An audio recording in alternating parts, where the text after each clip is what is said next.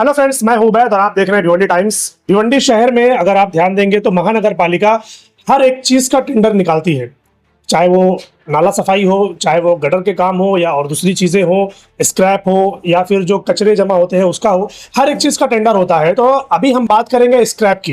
भिवंडी शहर में महानगर पालिका का जो भी स्क्रैप, जो भी उनका लोकेशन है जहां पर भी जमा होता है, 2 साल 3 साल 5 साल 7 साल, जब वो देखते हैं कि भाई बहुत ज्यादा स्क्रैप जमा हो गया है तो उसका टेंडर निकालते हैं और फिर जो भी उसका टेंडर भरता है, 8-10 लोग 15 लोग जो जिनको जिनको इंटरेस्ट होता है वो लोग टेंडर अपना भरते हैं। अब नगर पालिका उसके अंदर से कुछ लोगों को सिलेक्ट करती है। सबसे पहली जो बात आनी चाहिए वो ये है कि अमाउंट, कोई 5 लाख भरेगा, कोई 10 लाख भरेगा, कोई 20 लाख भरेगा, तो नगर पालिका क्या देखेगी कि भाई हमको फायदा कहां से है, मुझे फायदा 5 लाख वाले से है मुझे फायदा 10 लाख वाले से है।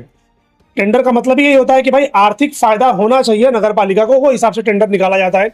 अब यहाँ पर मैं ऐसा मालूम हुआ कि जिन लोगों ने 10 लाख का टेंडर भरा था स्क्रैप के लिए उनका पास हो गया, लेकिन जिन लोगों ने 20 लाख रुपए का भरा था उनका रिजेक्ट हो गया। अब मामला देखना है कि आखिर वो बात क्या है कि नगर पालिका ने 20 लाख वालों को रिजेक्ट क्यों किया और 10 लाख वालों को सिलेक्ट क्यों किया।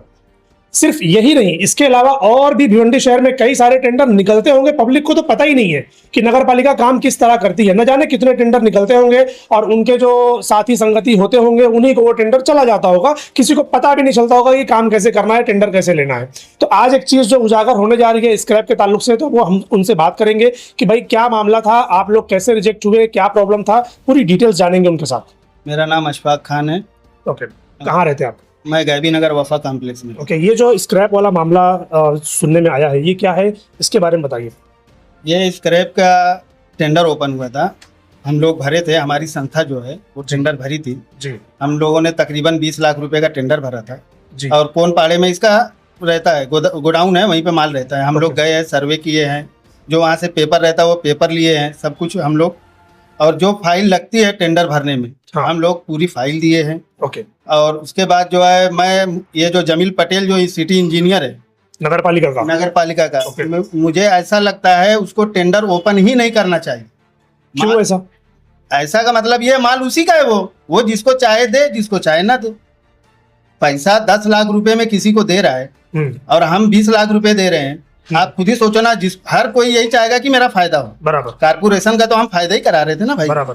तो क्यों हमको नहीं दिया गया? बोल रहे हैं तुम्हारा कोई एक पेपर कम है, मगर कौन सा पेपर कम है वो हमको बताइए, हमको जवाब दीजिए। ये कब की बात है, ये कब हुआ था, टेंडर कब हुआ था? ये जुमा के पहले तो टेंडर है, हम लोग 10 दिन 15 दिन दौड़ दौड़ के थक गए। इन लोगों ने वो टेक्निकल जो है ओपन किया था, ओके। उसमें हमारा नाम आया था, हमारी संस्था का जी। इसके बाद बोल रहे हैं फाइनेंशियली अभी नहीं हुआ है। मैं फोन लगा रहा हूँ, जाके मुलाकात तो होती नहीं उनसे, वो बहुत बड़े साहब हैं, जो भी इंसान जाता है उनसे जल्दी मिल नहीं पाता है। हाँ। और उसके बाद जो है मैं उनको कितनी बार फोन लगा के बोला कि जब भी ये ओपन करना मुझे भी बुला लेना, क्योंकि इसमें कम से कम 2 से 3 लोग को वहाँ रहना जरूरी है।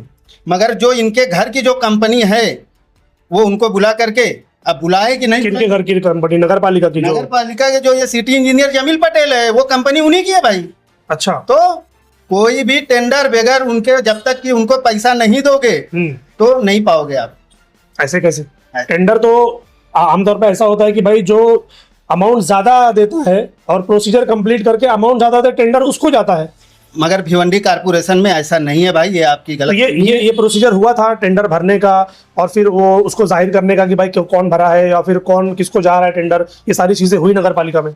नहीं ना, वो तो जुमा के दिन, शायद ये जुमाई के दिन ये लोग ओपन किए हैं, अपने ही ओपन करके अपने ही तक रखे थे। उसके बाद हम लोग जब ऑनलाइन देखे हैं हाँ। तो ये हुआ कि ये आप जो है रिजेक्ट कर दिए गए। मतलब ये आप लोगों को पता ही नहीं चला कि टेंडर गया किसको? नहीं, ना फोन आया ना मैसेज आया, कुछ भी नहीं आया। ओके। तो हम इसको क्या समझेंगे? तो फिर के बाद क्या? उसके बाद क्या, अभी वर्क ऑर्डर करने वाले हैं, वर्क ऑर्डर कर देंगे, अपने घर में माल रख लेंगे वो। तो आप लोगों ने सवाल नहीं उठाया कि भाई मैंने 20 लाख भरा है, मुझे रिजेक्ट करके जो 10 लाख भरा है आपने उसको सिलेक्ट किया, क्या वजह है उसकी? मैं अभी कल मेरा वकील जो है, मेरे वकील भी साथ में जाएंगे और भी जो हमारी संस्था के जो मेंबर हैं वो भी जाएंगे, पत्रकार महोदय लोग भी जाएंगे। जा करके उनसे बैठ करके सवाल करना, ये ऐसा आप क्यों कर रहे हो जी।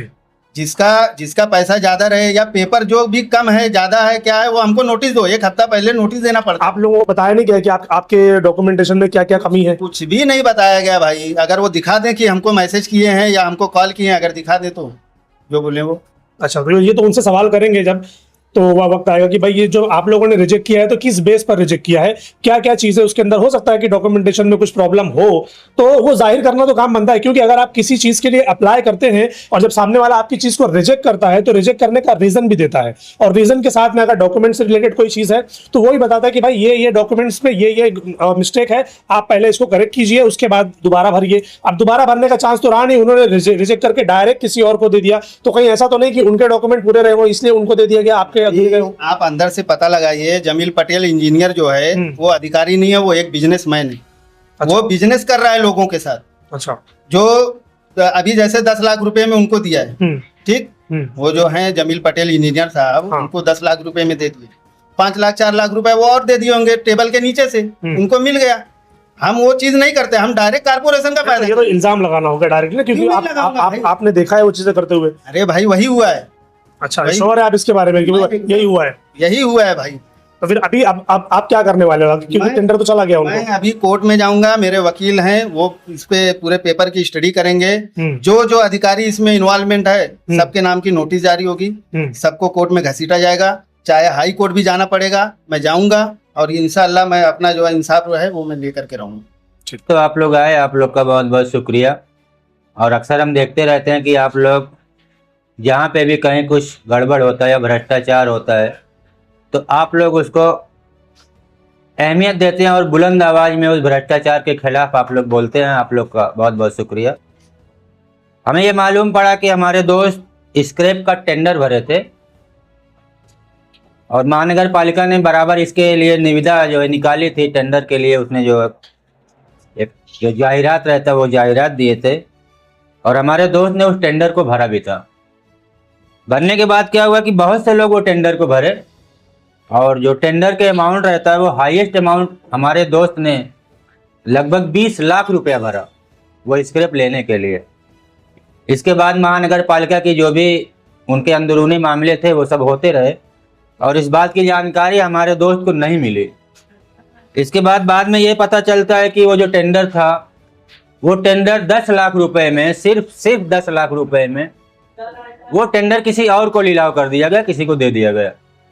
और इस बात की जानकारी हमारे दोस्त को थोड़ा भी भनक भी नहीं लगी कि जो हमारे हक का टेंडर था, हमने 20 लाख रुपया दिया था, वो टेंडर 10 लाख रुपए में कैसे चला गया। तो हमारे क्लाइंट ने जब महानगर पालिका से वहाँ के अधिकारियों से संपर्क किया और उन्होंने पूछा कि भाई ये टेंडर हमने 20 लाख रुपए भरे थे, आपने 10 लाख रुपए में वो टेंडर उठा दिया, तो ऐसा क्या वजह हुई, क्या आपका वो हुआ कि हमें कुछ समझ में नहीं आया। तो उन लोगों ने एक अजीब सा उत्तर दिया, उड़वी उड़वा सा उत्तर दिले तनी, और जिसमें ये आप लोग देख सकते हैं, इसमें जो इनकी समिति के मेंबर लोग रहते हैं, इनकी समिति के मेंबर हैं विकास उड़ाडे और बाकी भी लोग हैं, हर किसी का नाम ठीक है हम आपको ये दे देंगे, आप लोग अपने हिसाब से इसको देख लीजिएगा। तो इन लोगों ने कोई संतोषजनक जो है ना हमारे दोस्त को, हमारे क्लाइंट को उत्तर नहीं दिया। तो इससे ये बात साबित होती है कि इनका आपस में कुछ आर्थिक बंटवारा हुआ होगा, क्योंकि महानगर पालिका को इन्होंने चूना लगाया है। जो माल 20 लाख का है उस माल को अगर 10 लाख में दे दिया जा रहा है तो जाहिर सी बात है महानगर पालिका उस टेंडर में चूना लगाई है और आपस में मिलजुल के बांट के खाई है।